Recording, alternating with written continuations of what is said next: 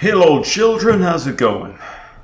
We're going to play a 15 plus 10 game. We're rated 1567. We're still on the road to 1600. And carrying on from there. Found an interesting gambit yesterday called the... don't know, some Irish name anyway. So, we are playing the Geet. And this can lead into some fun stuff. I'm liking this one. Yeah. Now they should bring out the knight, because it's like the King's Pawn opening but with that instead. Okay. So now what we do is we go this, and this is the Napoleon attack. Right, and normally they will take, if you look at it from Black's perspective, they're worried about the pawn coming forward, so they take, we take. I'm going to flip back now. Okay. Oh! Well, isn't that interesting? Okay, so I've got a couple of options here. I could take the knight, but I'm giving up a knight in the centre of the board. Why would I do that, right? Isn't it better to let Black take and then we recapture? So I could use this turn now to develop a piece. And the obvious move is bishop g5. Bishop f4, possibly. I'm thinking bishop g5, he's just going to play bishop e7 and block. Break the pin. So how about e4 now? That's what I'm thinking. I'm thinking e4. Pawn's defended by the knight. I'm threatening this. Raising the tempo. Was it the best move? Well, we just don't know.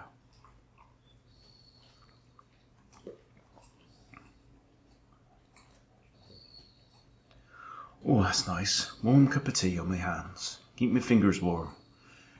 Very nice. Now, why have we gone all Wurzel? I don't know.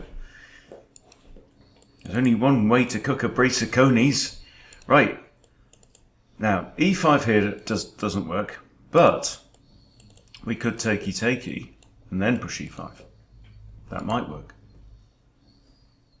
But this is, this is nice. Nice position. Opponent is Prasanna the Lord from India. Nearly 100 points lower rated than me. And that's saying something.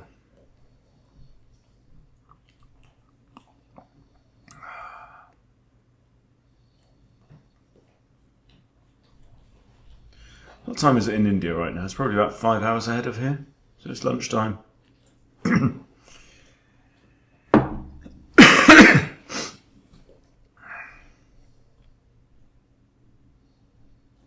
Yeah, e4 feels good here,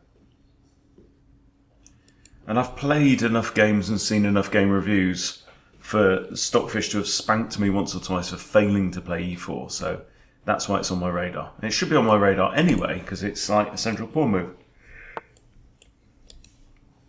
Okay.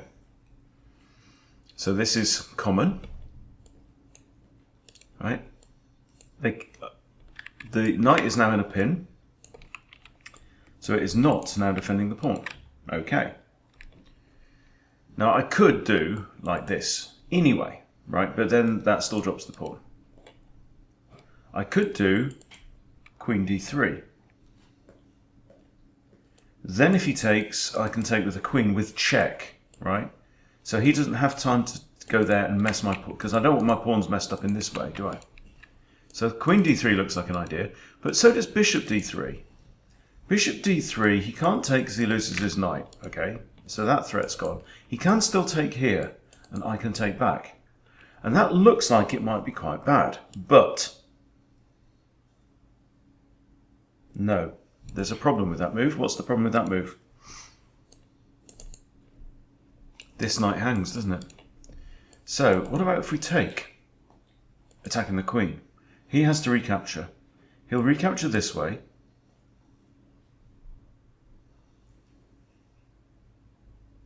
Okay. Think that's right. Think that's okay. Now he does have this. He can do that straight away because his move comes with check. So I don't have time to take Her Majesty. Having said that, the queen is also trapped by the knight, funnily enough. Okay, he's gone for that. Interesting. Now, this brings us to a fascinating point, which is, and I learned this recently, I think it might have been from Naroditsky. It might have been from Simon Williams. And it is that getting your pawns messed up on the side where your king ain't castling is not necessarily such a bad thing. Yes, double isolated pawns, double pawn here, right? But on the plus side, I have the bishop pair. I have bishop a3 actually, which prevents the immediate castles because f8 is covered. But it probably just pushed d6, also preparing to get his bishop out. So I don't want to do something like this. That's what I'm thinking. With the possibility of e5 with tempo later, and maybe something like this. So if I can line my queen up with there, if he's castled, right? Say he castles now. If I can somehow line my queen up with the h7 pawn, then this could be devastating, because I might have, for example, a checkmate threat and tempo on the knight.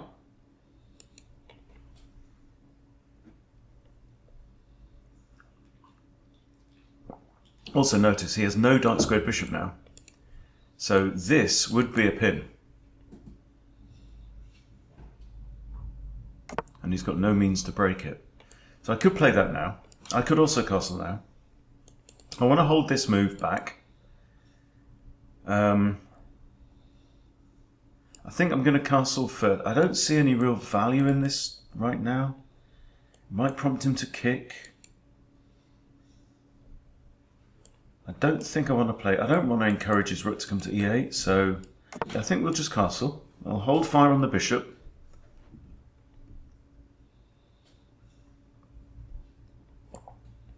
Now, this square is in the line of fire of that bishop.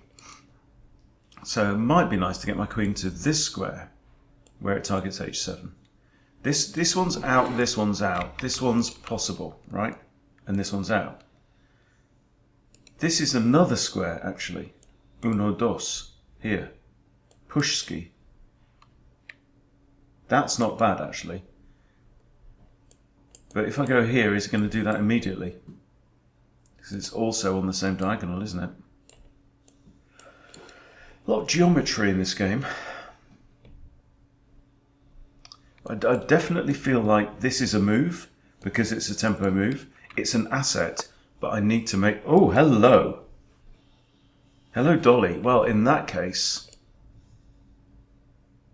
we're coming straight out. I've got the option of... This I do not understand. Now, I can't go there. But this is on, with the same threat of pawn e5 with tempo.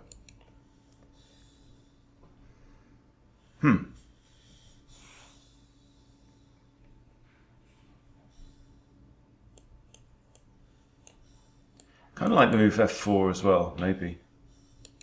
But it's f4 or f5, wherever this pawn ends up, it's going to be in somebody's way, isn't it? Yeah, I'm not in love with this move from black.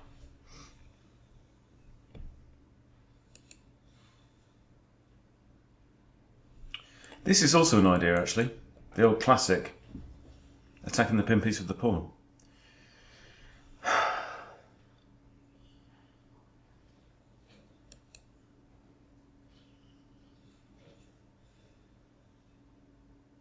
I like it, you know, I'm liking this, I'm not getting the same old crap every time, that's the thing. Okay. Do we develop? See, problem is, now if I move Queenie away to there, I'm undefending this pawn, he's now got two attackers on it, innit?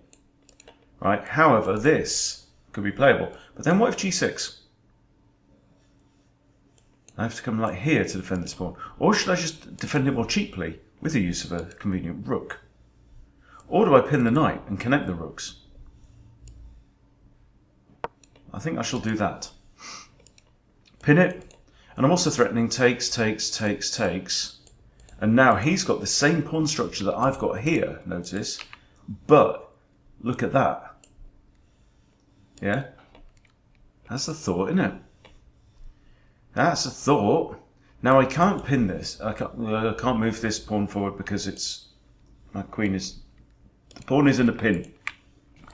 The pawn is in a pin is what I'm trying to say. So slightly precarious place to stick my lady. But, you know, at the same time, she can move. Out, out. Don't move to any of those squares, Hunstable. Now, it's a threat, isn't it? I'm not madly keen on giving up the bishop pair at this point, considering the state of the board. No locked files. No, yeah, it's completely open. So I think a queen here, this looks like it wins material. I mean, what does he do? He pushes g6, I win the knight. Okay, attacker number 3. But I still have this, don't I? There, if pawn takes, happy days. There, if queen takes, takes. And he's got 2 sets of double pawns, which is even worse than what I've got. So I think it's worth considering, this thing. Is this on? Right? But if he does, he might just take there with a bishop and everyone dies. So I'm going to simplify matters. Yes, I'm giving up the bishop pair. This bishop's still handy. The queen's under attack. You've got 3 options. Take the pawn, take the queen, or move the queen. I don't recommend option 3.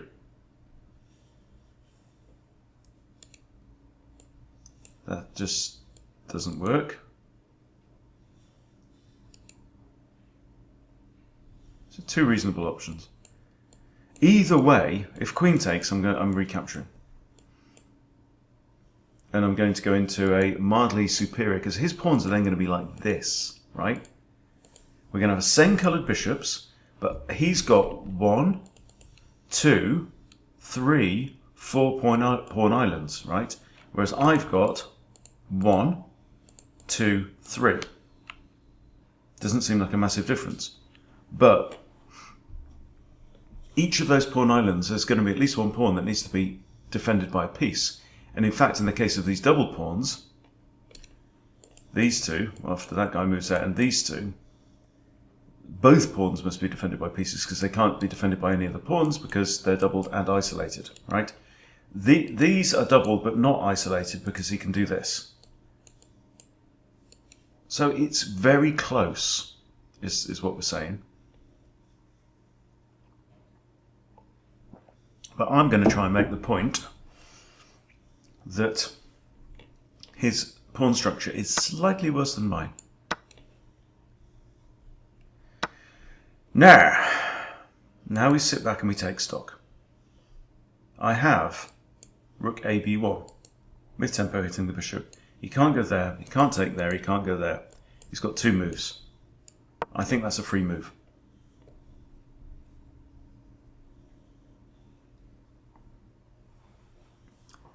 Oh, apparently this is a 4 Knights Scotch. It's transposed into a 4 Knights Scotch. Well, well, well.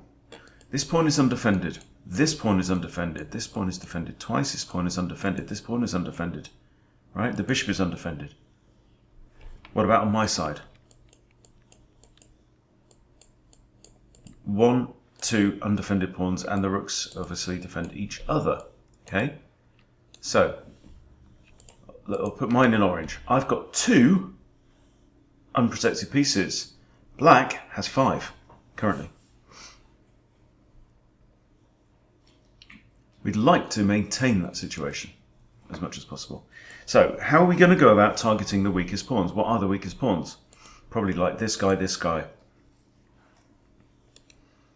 One of these two is going to be weak at any point, because one of them's got to be the rearmost pawn.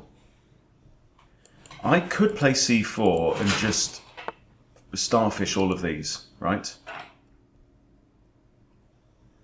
I can't attack that with my rook.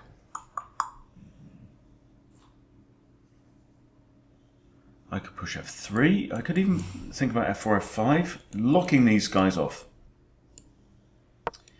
I think that is sensible, and I think it might even be time to think about bringing the king into the game. Now I'm expecting rook e8, rook e1, okay, rook fe8, rook fe1, obvs. I'm liking this idea, because right now then that really traps in the king, and then maybe things like this. Do you know what I mean? There might even be checkmating possibilities. You just don't know. He needs to get that rook out. I think this rook should stay on the open file. And if he does this, I'm just doing this because he's got two attackers, hasn't he? And there's no point in pushing e5 and helping to fix his dodgy pawns. So rook fe8, rook fe1. Probably lift this guy to e3, where it's safe from the bishop, and can easily come to g3 or h3. Is he thinking even about this?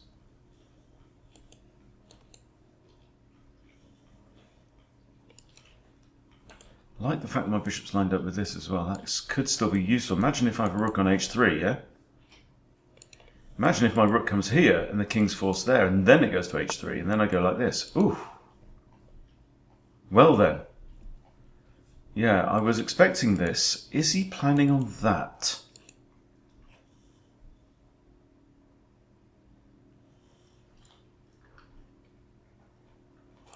So I can lift, I can play f5. The problem with f5 is that it blocks off this. I kind of like the rook lift. He pushes this though, I can't move. Maybe I need to rook lift by there. It's slow though. I come here and he pushes. What am I going to do?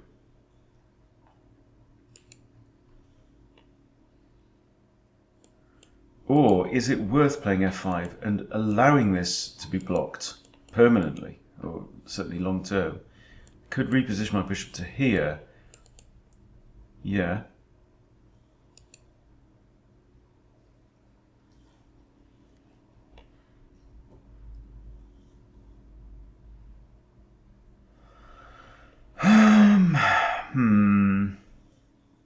It's about this rook, isn't it, right now?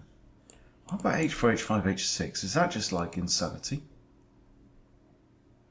If he pushes this now, what am I going to do? I feel like I need to... I've just got to push f5. Something's telling me I need to stop these pawns from moving forwards. And that is really clogging up this corner for black. And I know I've compromised my bishop and my view of this pawn. So maybe we just have to change our attitudes. Now I can very easily just move the king up now. This is undefended. How do I attack it?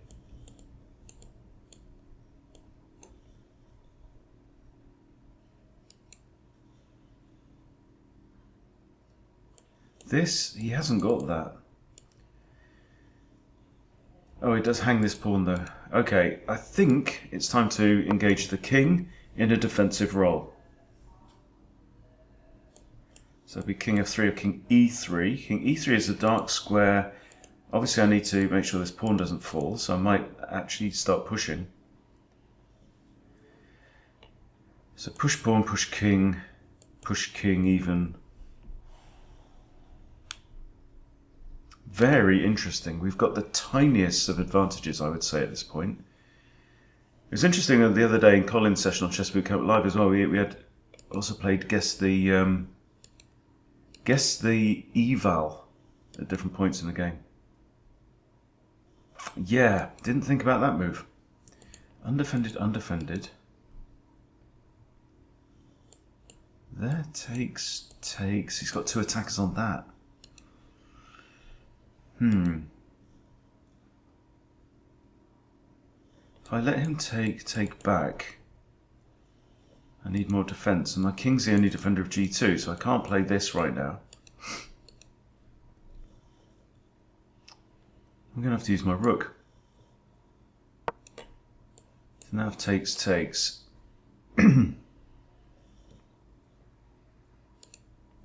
Might be h3, g4. Maybe even h4, h5, just stopping this idea. Takes.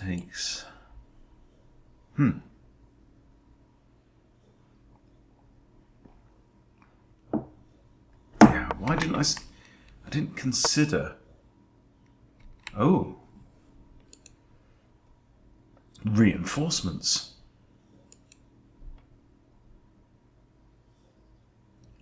Okay, that's 1, 2, 3 attackers. I've got 2 defenders. So I can initiate the trade. That will... Well, we might have a trade of rooks, right? But then bishop will recapture. And then there'll be 2 attackers on this, but that's okay. I don't think there's any way around this, actually. Fortunately, this pawn is still defended by my bishop, and I still have c4. So I can starfish the bishop and hold everything down in the middle of the board. The king, I think...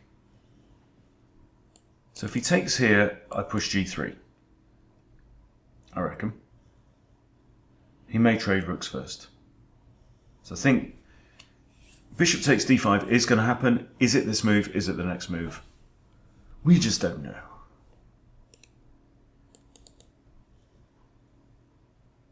I mean, given time, I would play c4 and be absolutely laughing. But that's how close this game is. I am up on the clock, however. I've got 4 more minutes. 4 long minutes. Okay, let's say he takes here, though. He is attacking this pawn. So is it time for c4? Or do I... Oh, crikey. I missed that. I missed this stupid hanging bloody pawn, innit? Trade ski. I think that's the way to go. There, though. Oh no, he can't. He's pinned. Right. Okay, so I'm going to remove the rook from the g file and remove its attention from g2, giving me time to defend a2, either by pushing it or by pushing c4 with tempo. I think probably c4. Because he can't play this legally, because this rook's now in a pin. Yes? He could capture it with the bishop. That would be stupid, because I take... That's forced, loses the game. So I think you have to take that now. And then I think push c4. I think push c4.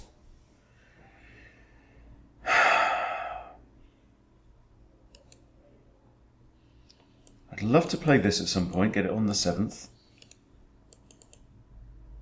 Now there, he can't go there, he can't go there, he can't go there, he can't go there. Okay, so here, so he takes, let's say, takes c4, he has to retreat and he can't go there.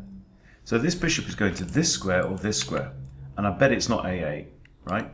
So after this, he's going there. I don't have that because his rook's on this square.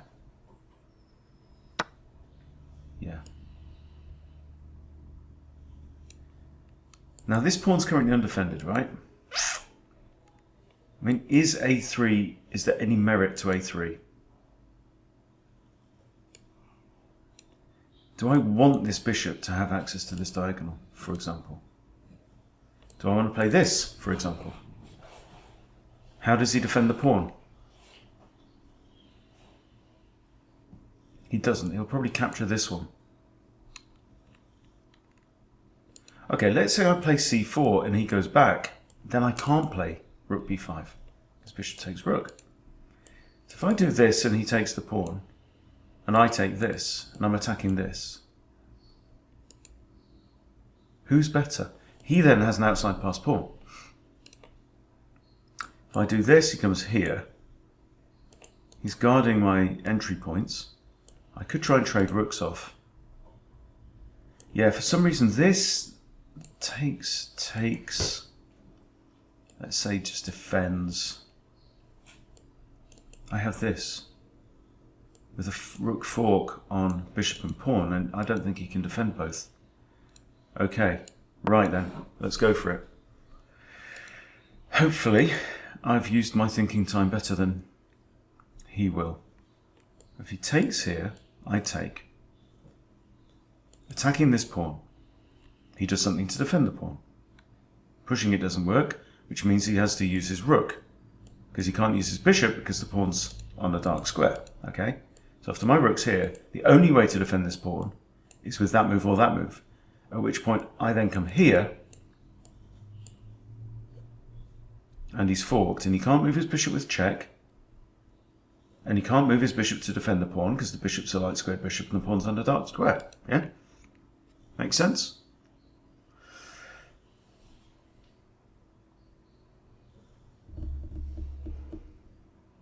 So I'm quietly proud of that choice here, because it would have been very easy just to play c4, bishop retreats, the game carries on.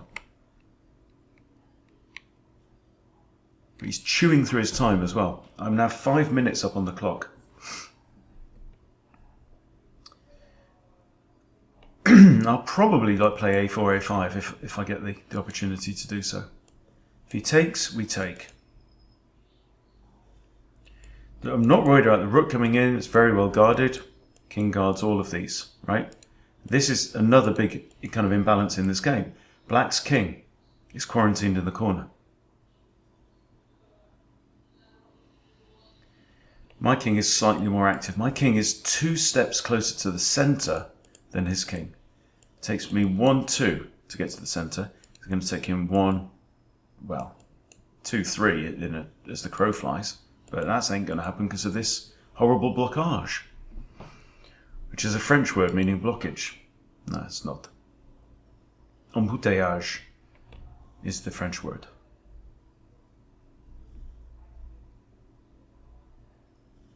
Embouteillage means traffic jam as well, I do believe.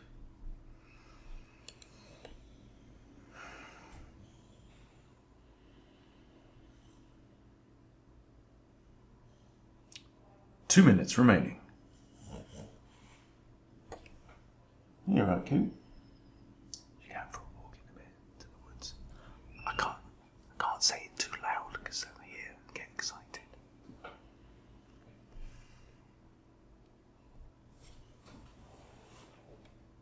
What are you looking at, Batty? You didn't hear me say that. You did not hear that. She's bluffing. 1 minute 30. Prasanna the Lord. Are we in a pickle?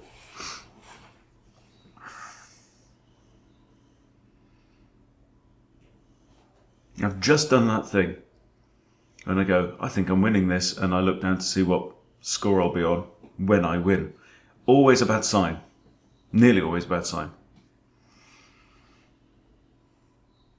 Now he's down to 1 minute. 102, 101, 60 seconds.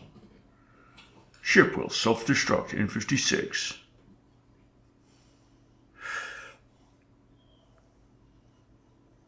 But this is chess, isn't it?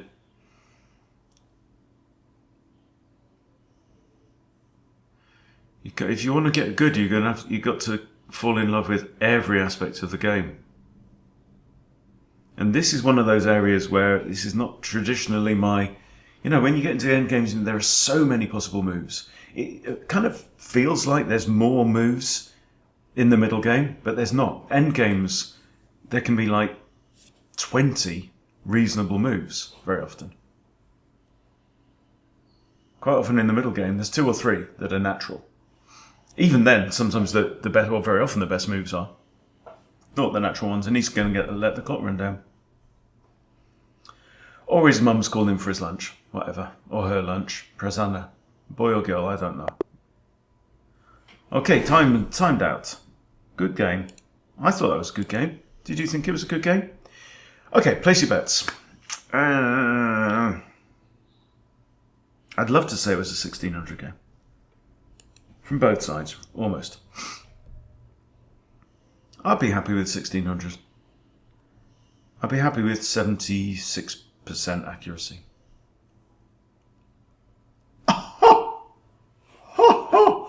86.9. Well, goodness gracious me, and 80 for my opponent. So, kudos. No blunders from me, but I had a miss. Did you see it? It came at this point. There was a miss. Anyway, let's go through it, because how many moves are we talking about? 21 moves. Wicked opening, wicked endgame from both of us. I just played slightly better in the middle game. Buff. Okay. Bookity, bookity, bookity, bookity, book. Okay, it fancies black ever so slightly here. Interesting. Book. Book. Right. Fascinating. Fascinating. And I said, do you remember, we had this conversation, I said, that ain't too bad, actually. Yeah? Ain't too bad, because my king is not casting in that side, my king is casting in this side. Know what I mean?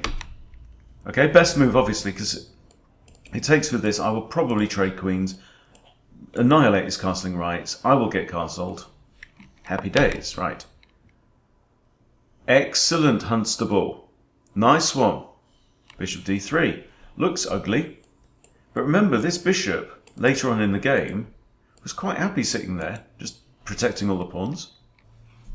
Like a mummy starfish. Best. This is an excellent game so far. This could be two grandmasters playing. Until that point. And remember, I said I don't like that move. My guts just went, yeah, no, don't like that move. But this was a hateful move, apparently. This is the miss. It's saying rook b1. Hitting the bishop, making him waste the turn. Yeah. And I'm in a winning position. And then moves go... Oh. that was, gosh, a flurry of action. Goodness me. Right, anyway, so I do this. But I did kind of have a plan. Best move. Opening up the bishop. In line with the queen. All right, and my advantage here has gone. Excellent move. Not excellent. Okay, should not have done that. Should not have. So here I chose to cash in thinking I was slightly better. And I am a smidgen, a wafer thin better. 0.36 of a pawn better. But here I'm 1 pawn better. So what should I have done? Rook e1? No. Get the queen off, out of line with that stupid bishop. But 1, 2, 3 attackers. Actually, to be fair, that one isn't, because it's in a pin in it. So he's not going to take there. So if he takes here now, that would be poor. Because I then go here, and he can't take with the knight because he loses the queen. And actually he can't take with the queen because he loses the knight. Because this pawn's in a pin and can't be there. So that would have been very terrible indeed. So I didn't do that. I traded off. Okay. Excellent move. Weirdly, it said I should have stuck my other rook on b1 and left this one behind the isolated a pawn. But there you go. F was good. But yeah, this is closer than we thought, guys. Yeah, what? E5 is best.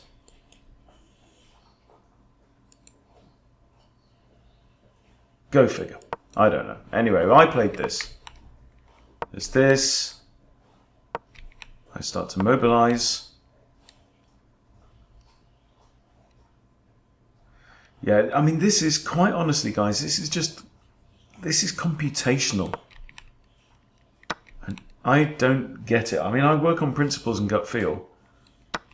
But this was the best move. Okay. And that wasn't. Because now we have to trade off. Good, good, good. So where did it change? This, he shouldn't have taken. There. He should have traded first. Big difference. Big King Kahuna difference, apparently. And I take with a king or the rook. It doesn't really matter. then he takes here. He targets this, and I'm going to play g3. G3? I'm not saving my pawn? Oh yeah, g3, because that's under attack as well. Yeah. Interesting one here. He shouldn't have recaptured with the bishop. Because, well, let's see what happens. He takes, then I trade the rooks. And an excellent move finishes the game. Rook b5, only one good move on the board, and you found it. After taking some valuable thinking time, you found it. Oh, I like that. Chess.com was saying, oh, you actually thought about that. Either that or you went to the toilet and came back and then played it, but it doesn't know that. Pinned your opponent's pawn, which restricts its mobility. Yeah, I know, but... And we are +2. So I thought that was a jolly, splendid game, and just for shits and giggles, I'm going to see what it thinks, how it thinks I actually played. Was it better than 1850?